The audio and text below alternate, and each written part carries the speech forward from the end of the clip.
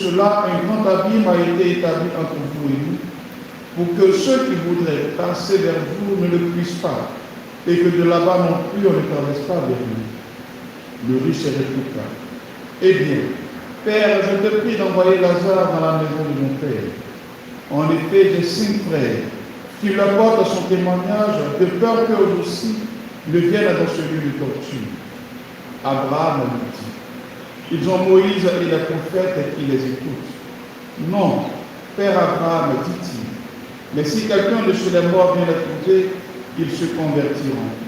Abraham répondit: S'ils n'écoutent pas Moïse ni les prophètes, quelqu'un pourrait bien ressusciter d'entre les morts. Ils ne seront pas convaincus. Acclamons la parole de Dieu. Louange à toi, Seigneur Jésus.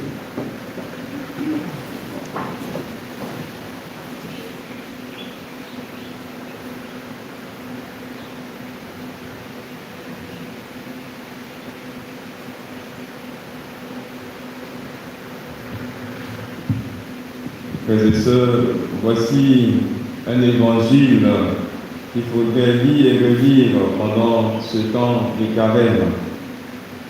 Jésus il raconte une histoire au sujet du mauvais riche et du pauvre, en prenant en compte la vie ici-bas et celle de l'au-delà. Et l'appel à la conversion retentit d'une façon particulière, justement à cause de l'ouverture qui est faite sur la vie après la mort. Voilà, et pour ce temps de carême, ça fait du bien de reprendre ce genre de choses.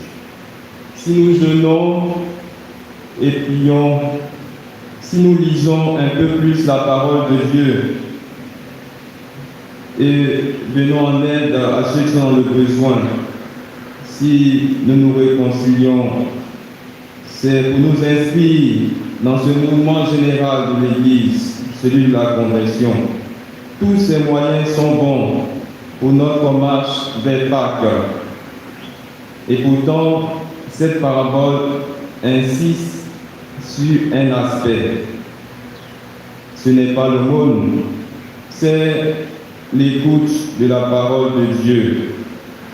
Cette parole qui invite à adopter une manière de vivre différente de ceux qui ne connaissent pas Dieu.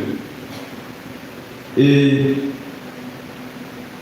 la parole que Jésus met sur les lèvres d'Abraham est précisément dans ce sens-là. Ils ont Moïse et les prophètes qui les écoutent. Voyez, l'écoute de la parole de Dieu est au cœur de notre marche vers Pâques. Dans la liturgie, et bien quand la parole de Dieu est proclamée, l'Esprit Saint est à l'œuvre, il agit.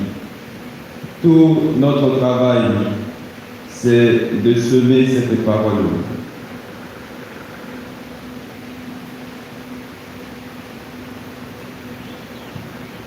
Nous avons aujourd'hui encore des hommes qui ont besoin d'entendre cette parole. Et prêtres et laïcs sont engagés pour rendre cette parole vivante en l'annonçant et en témoignant d'elle.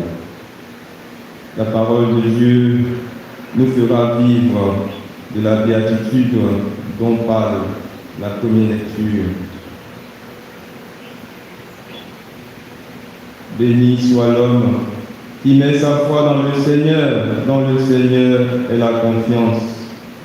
Il sera comme un arbre planté près des eaux qui pousse vers le courant ses racines.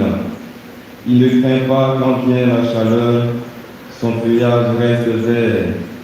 L'année de la sécheresse, il est sans inquiétude. Il ne manque pas de porter du fruit. Qu'il en soit ainsi pour chacun de nous.